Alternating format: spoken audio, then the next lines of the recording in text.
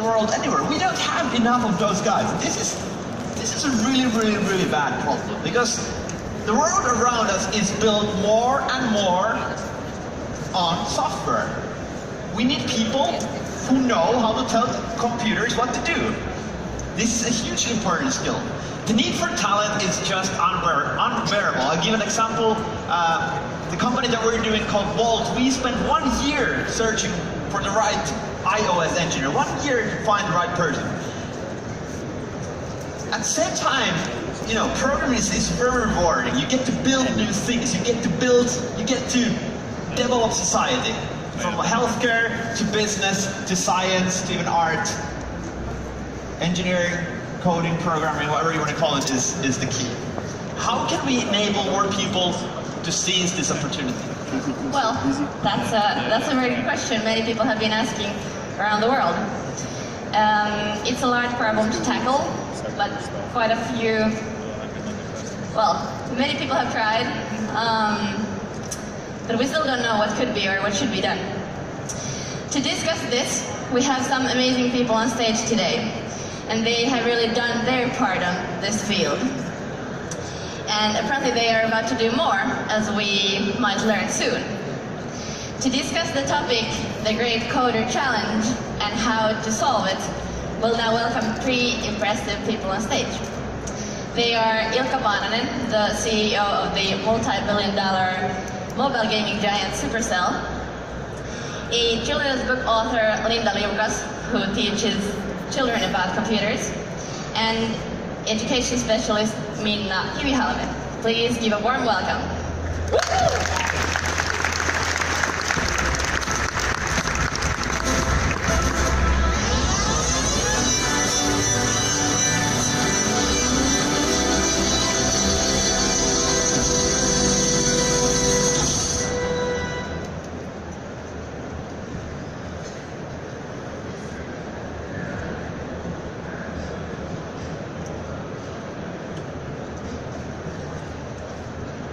So, as we all know, Finland, as every other country in the world, needs more coders.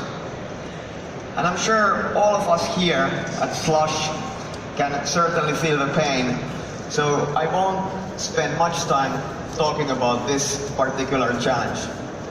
But maybe just to throw one example out there.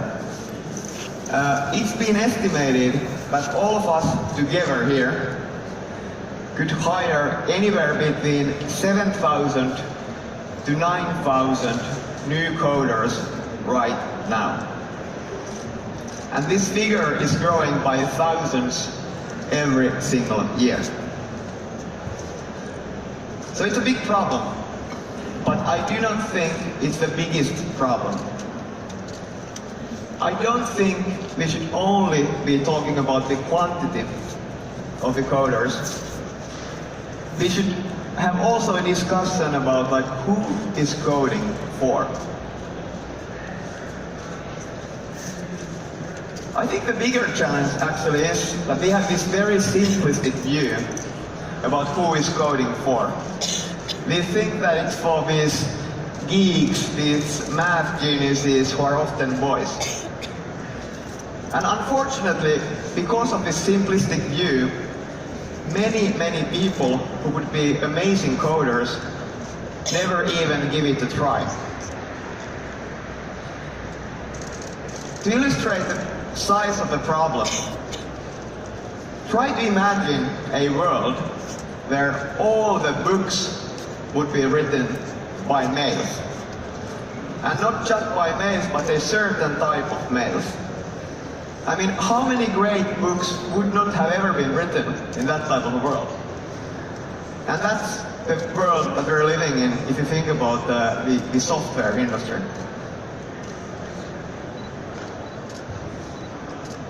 So if I think about the coders at Supercell, I think about coding very differently. For us, coding is about creativity, it's about problem solving, it's about teamwork. I mean, no single individual can develop these products anymore. It's about working in team. And what really is makes a great product is a great team. So it's pretty clear to me that what we need is that we need more people from all walks of life to get into the coding. There's a massive, massive opportunity and potential here. And by the way, if we are able to do that, that would also help us solve the numbers challenge.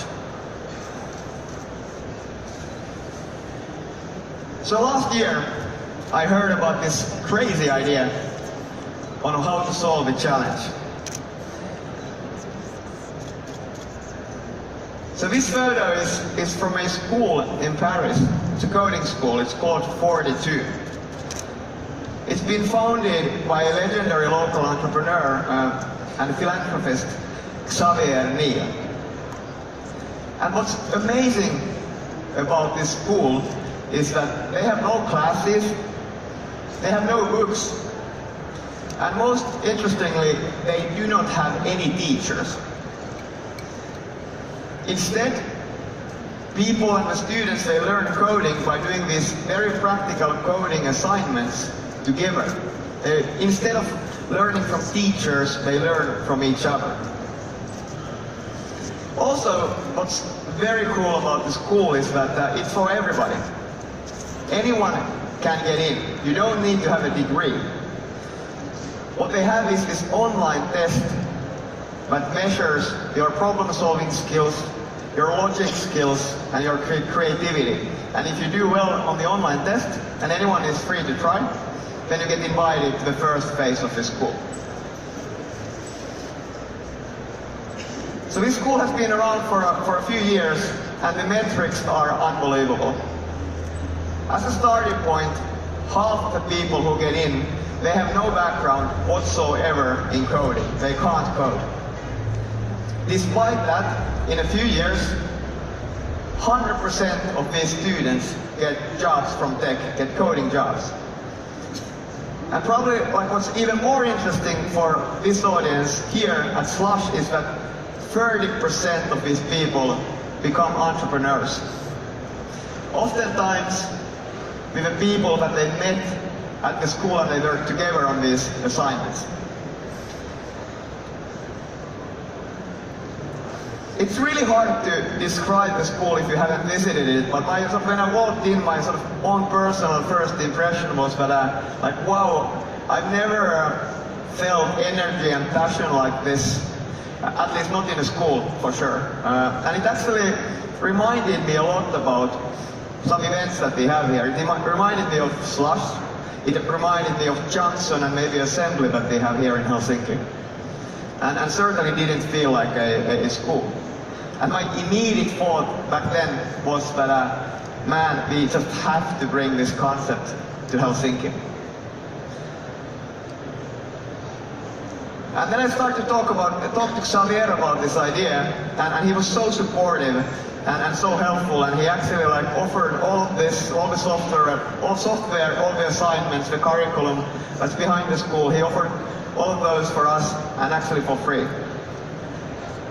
So I'm so excited to announce today that we are bringing this coding school to Helsinki, and it will be called Hive Helsinki.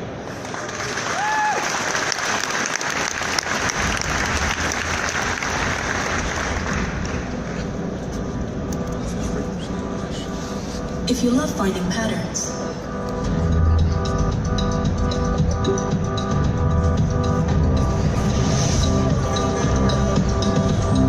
if you want to fix what's broken,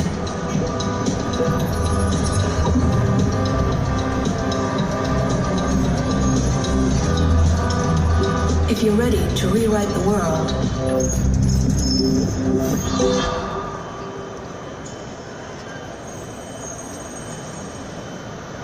then let's set you on the right path.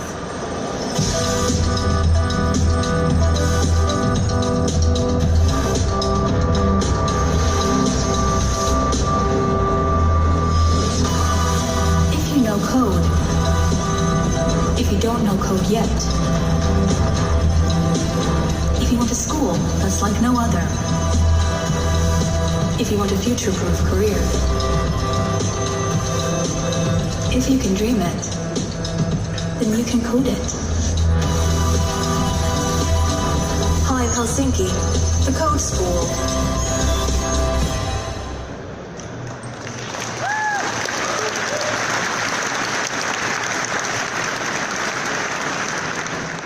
You may be thinking right now, like, why on earth did we decide to call it Hive? Well, to us, Hive is this place where young people from all walks of life can get together, they have a common goal, they work towards it, and they learn together.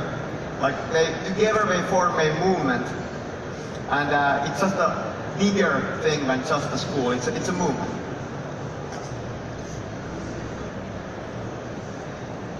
So, how are we going to do this in practice? First of all, we will form a foundation, a non-profit foundation. Supercell will be funding that for at least the first 5 years. We've estimated that it's going to be an investment of roughly 8 million to 10 million euros for us. And then later on, we hope that other companies and also the public sector, perhaps after that 5 years, also joins us in funding the school. The online test will go live in January next year, and then the school will open in August. And as a first phase, they're going to take in 100 students, and obviously the goal is to scale it way further as they go along. The one thing that I really want to emphasize here is that I would hope that people wouldn't see this as a Supercell initiative. I mean, we did not form this school to be able to hire new game coders for ourselves. Like, for us, this is a kind of philanthropic effort, and how we would like to see it is that this school belongs to everybody. It really belongs to the whole community, for all of us here. And that's why we also wanted to set up the independent foundation. And obviously, the foundation has also an independent board, and I'm so happy to introduce you to the board. And it's amazing the type of people that they got in. Starting from a chairwoman, Linda Liukas, who I don't believe needs any type of introduction for this crowd.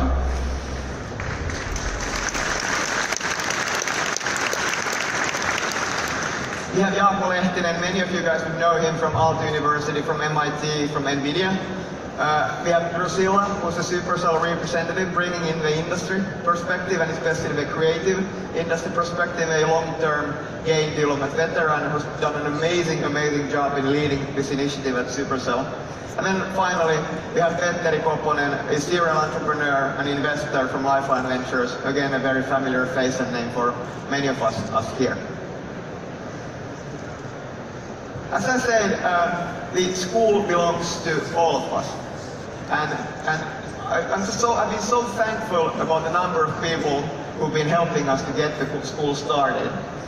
And just to give you an idea, here are the companies who've already signed up as partners, and what they will do is that they will offer internships for the students. And we've also been very happy about the support and the cooperation with the city of Helsinki.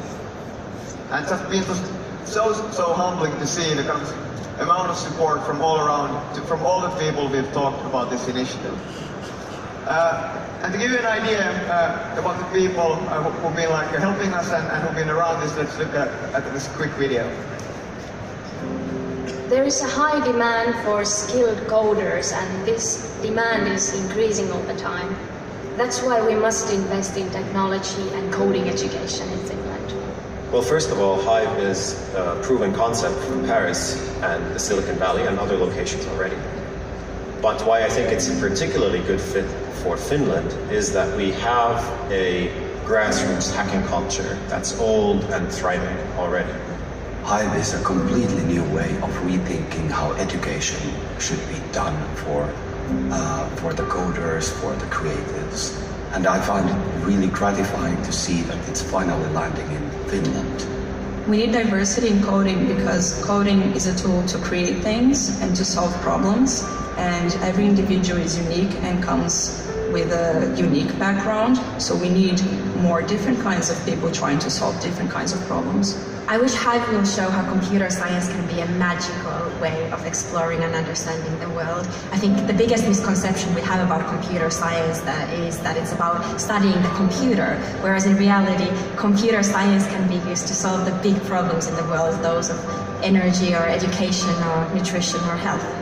Well, there are a lot of things that I expect Hive to bring to Finland. And maybe one thing to point out here is that I wanted to rattle the way we traditionally think about teaching and education. Hopefully Hive will make people think and figure out new ways of complementing the old methods.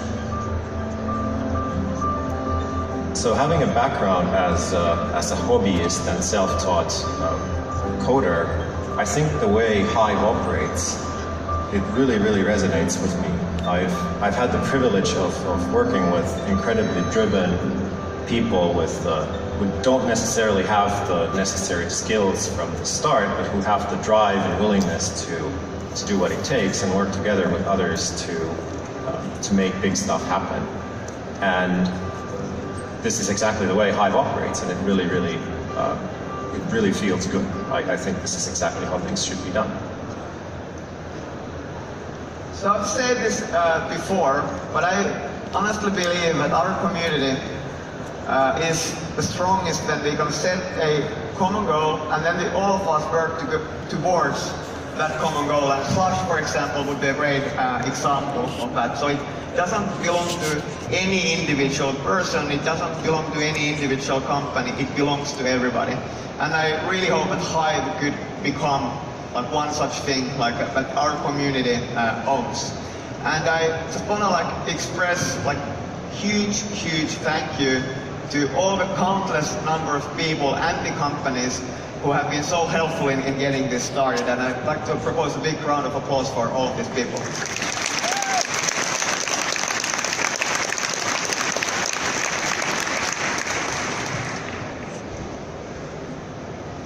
So, as you know, startups are all about people, it's all about teams, and I actually believe that the same is true about schools.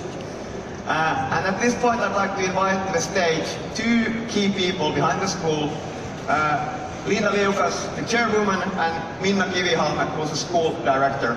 Let's welcome them to work.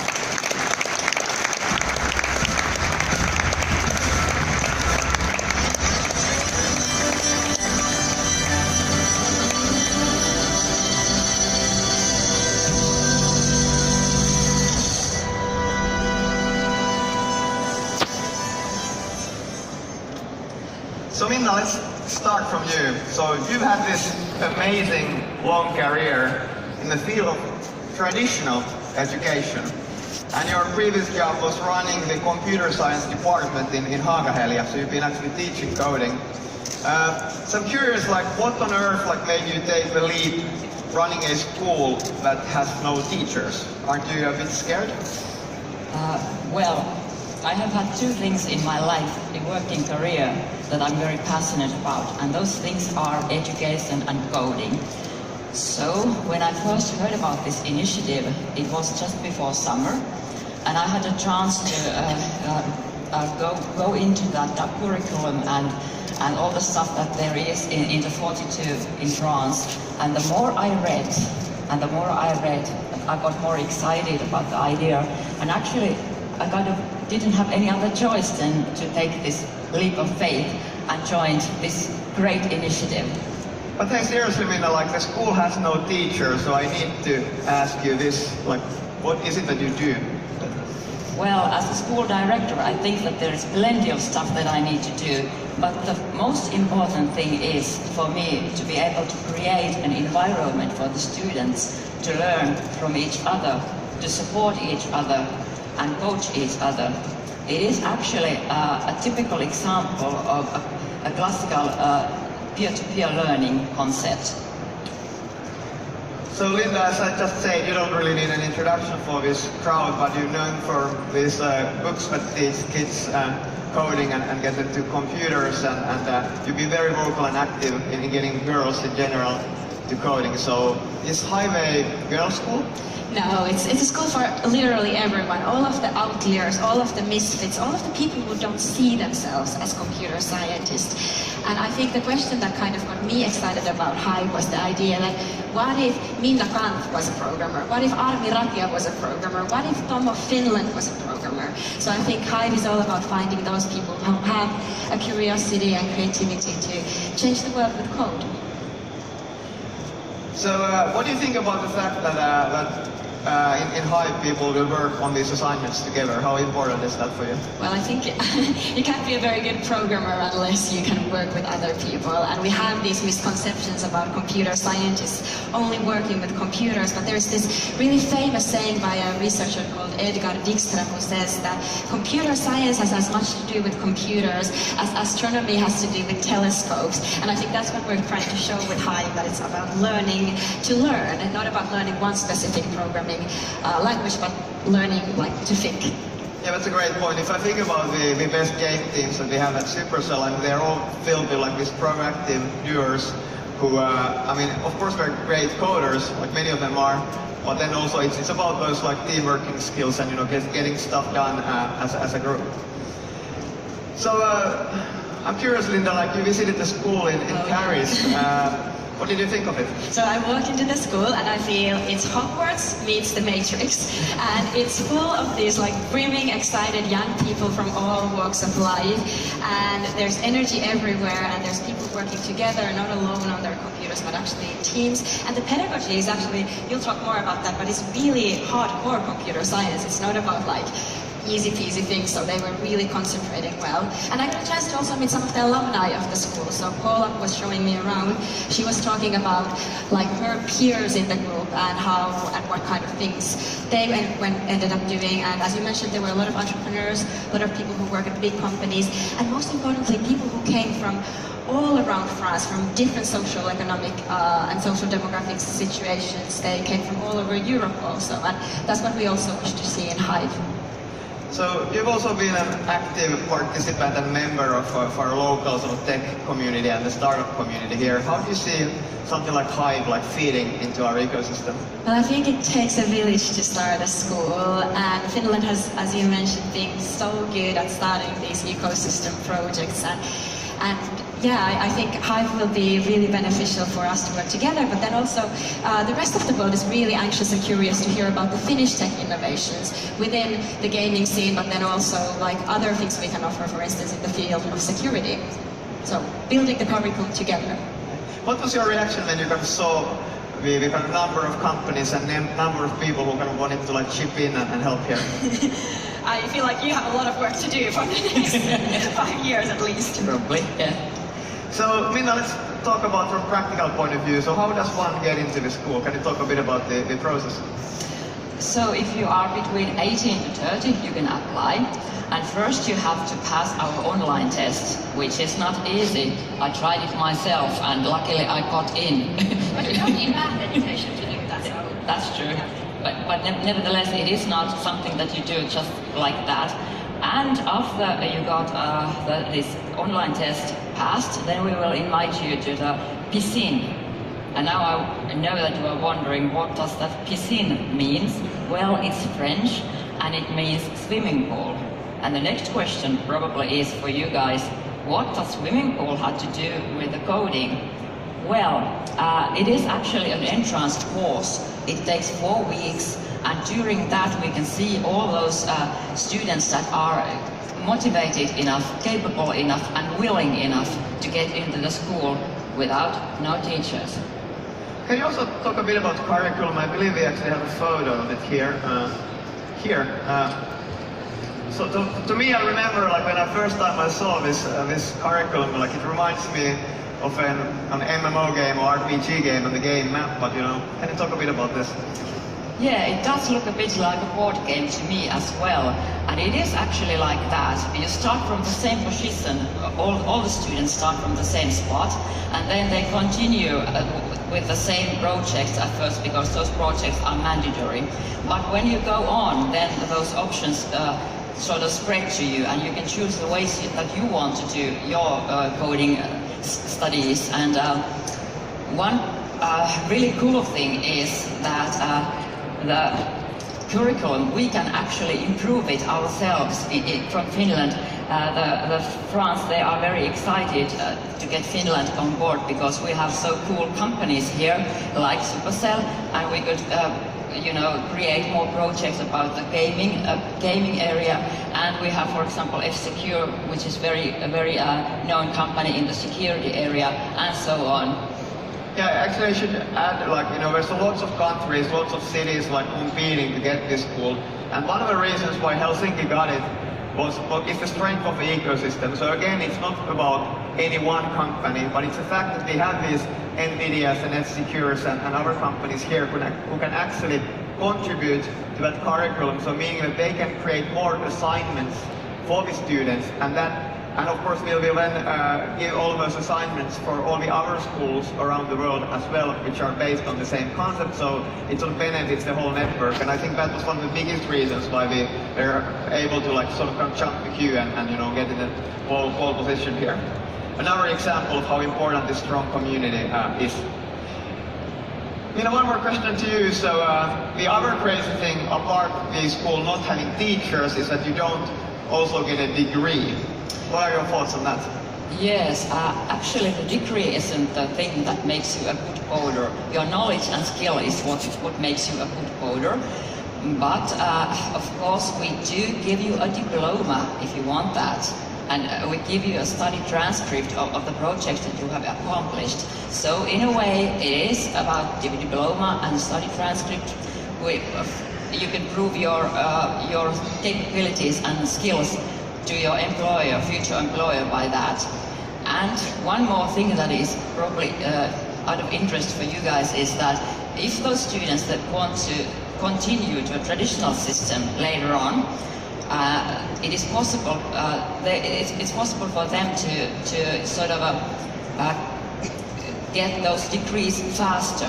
It is because of the system that the traditional educations have, and it's recognition of real learning. I know that because of my background in Haaga-Helia, and Haaga-Helia is very good in that perspective, like other skills as well. So it's about showing the skills you have learned, and you get credit points out of that if you want to go to a traditional system. So everybody wins. But the one thing we need is trust from the parents. I think the young people in the room are really energetic and excited about jumping the chance to apply to the schools. But the parents in the room need to trust that this system works and that your kids, whether they want to be ballerinas or biologists when they grow up, they will find these skills useful and be employed easily and so forth. And this is a whole new way of teaching these skills. So spread the word. So unfortunately, it looks like we're running out of time. So maybe the last question to both of you. So if you would need to sum it up in just one sentence, what does make Hive so groundbreaking? It answers a question we've been all asking for years, and it does it in a very pedagogically fun and exciting and new way. And for me, it is learning how to learn. That is the most important thing we can teach to our youth.